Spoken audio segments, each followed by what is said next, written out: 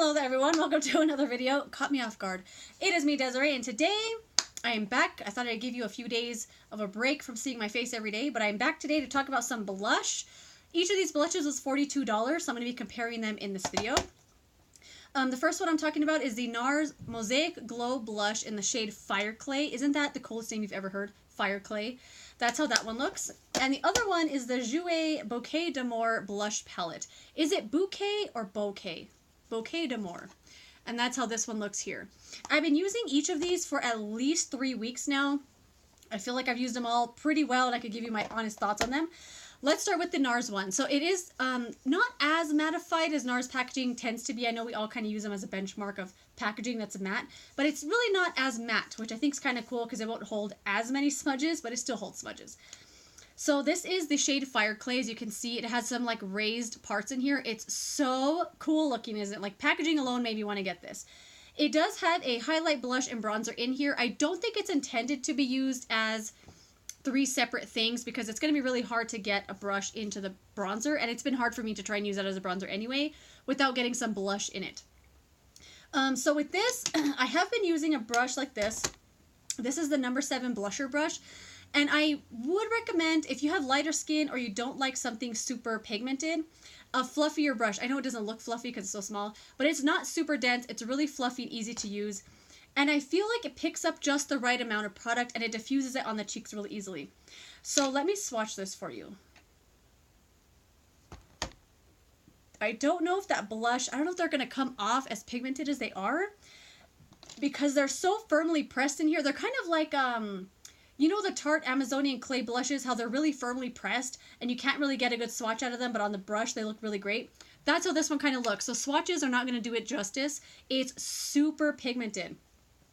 But one thing about this that's really great is that it is so firmly pressed in here. So when you're swirling your brush around, you're not messing up the pan. And not a whole lot kicks up. I just blew out of habit, I think, but there was nothing there to blow on. But look how crazy pigmented that is. So when you swirl it around in there, you're going to get a ton of that red. The red is really, really pigmented. If you have deeper skin, I think this is a great option for you. Or if you just like a darker blush, not darker, but more pigmented blush. This has been a lot of fun for me to use because one of the great ways to use this, what am I trying to say? One of my favorite ways to use this is to sweep it up here just like this. You're going to get more highlight, a little bit of the red in here, and it is so pigmented that the red's going to show through. You're going to get a really nice, so pretty glowy red tinted blush, but not over the top, especially if you keep it up here on the top and you're just touching those top little squares. Another one of my favorite ways to use it is this way. And just getting these 3 sections here. Not a ton of red here, but more highlight and more bronzer.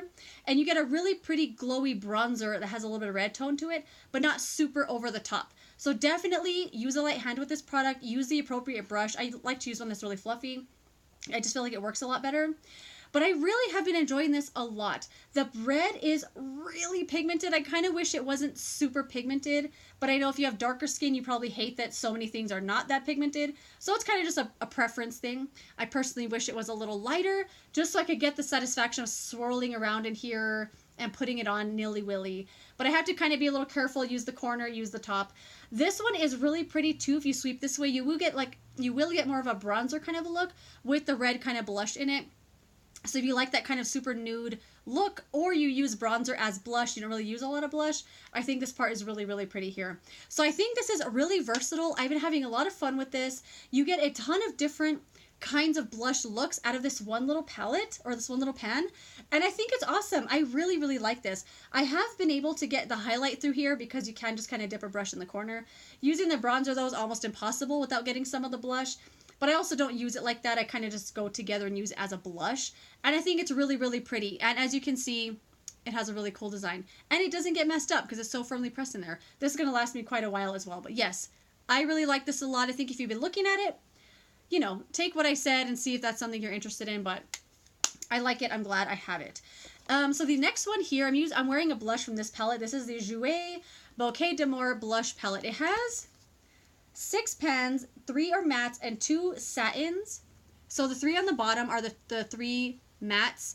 These 2 here are satin, and then there's this orange that in the pan looks metallic. It looks like a metallic orange eyeshadow, but it doesn't apply that way on the cheeks. It really applies super beautifully.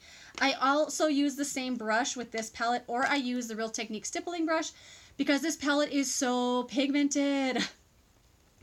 It's almost more pigmented than I expected. So today I'm wearing the shade Adore Me. It's a really like nude type of blush with maybe a little bit of rosiness in it, but really just plain old nude.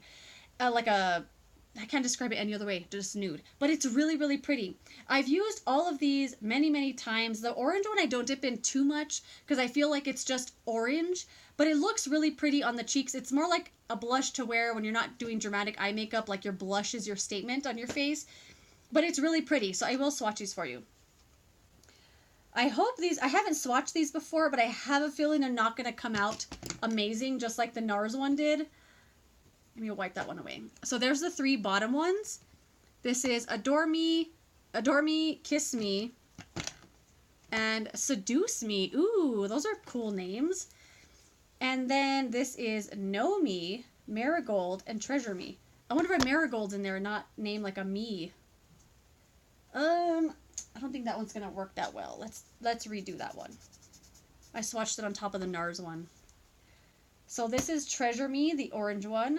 Marigold. Ooh, these feel nice. I have never swatched this till just now. And this is Know Me. They're not gonna swatch that well. But as you can see, the orange one looks super orange. Know Me is up here on the finger. Like it felt like it wasn't even picking it up. Like it felt like my finger was gliding over it. Oh, there's a better swatch of the shade Know Me. And what was that one right there? That one was Marigold. Oh, you know what? I wouldn't recommend swatching these. I feel like I put hard pen on that one just now. That's the shade Marigold. They're all super pretty. Let me show you what I just did. I have sunscreen on my hands though, so I think that obviously that's why that happened. Let me see if I can just tap it off. So these do kick up a little in the pan. They're not as firmly pressed as the Nars one is. They're really, really pigmented, but they're so super pretty. They're a really great formula. I'm really enjoying this palette a lot. This one here, like, popped out of the pan, though. This one called Know Me, like, the blush popped out of the tin part of the pan. Just press it back in there. So these are super pretty. They have a really great formula. They blend out really well. They have a very nice pigmentation. This one is one I think that a lot of different skin tones can use. And even if you get this, don't be afraid of the orange. Try it out. Try it with the stippling brush. That's how I use it. Or a nice fluffier blush brush. Otherwise, you're going to get super orange. If that's what you want, though, maybe that's what you want. But I really like this. I think this is super, super pretty. I think a lot of different skin tones can use this, like I said. I have nothing else to say about it. They blend well. They look nice. They wear all day. I have nothing bad to say about this palette. It's really good. They're a nice formula. I think if you wanted to get this, I highly doubt that you'd be disappointed. I would say with swatches, kind of be careful. Swatches don't tell the whole story. Plus, I think I put hard pen on mine. But it looks like I was able to dip to dust it off. But yeah, there's this palette. If you had any other questions about it, let me know. I can answer them for you. But I have really nothing bad to say about it. Like everything I said, I think I covered all the bases. So that is that, my friends. Thank you so much for watching this video. I'm about to film another one on this eyeshadow I'm wearing. I don't like this eyeshadow palette I picked out. I'm not sure I love it very much. But anyway, that is that. I will see you tomorrow or the day after for another video. Thank you so much for watching. And I will see you in another video. Goodbye.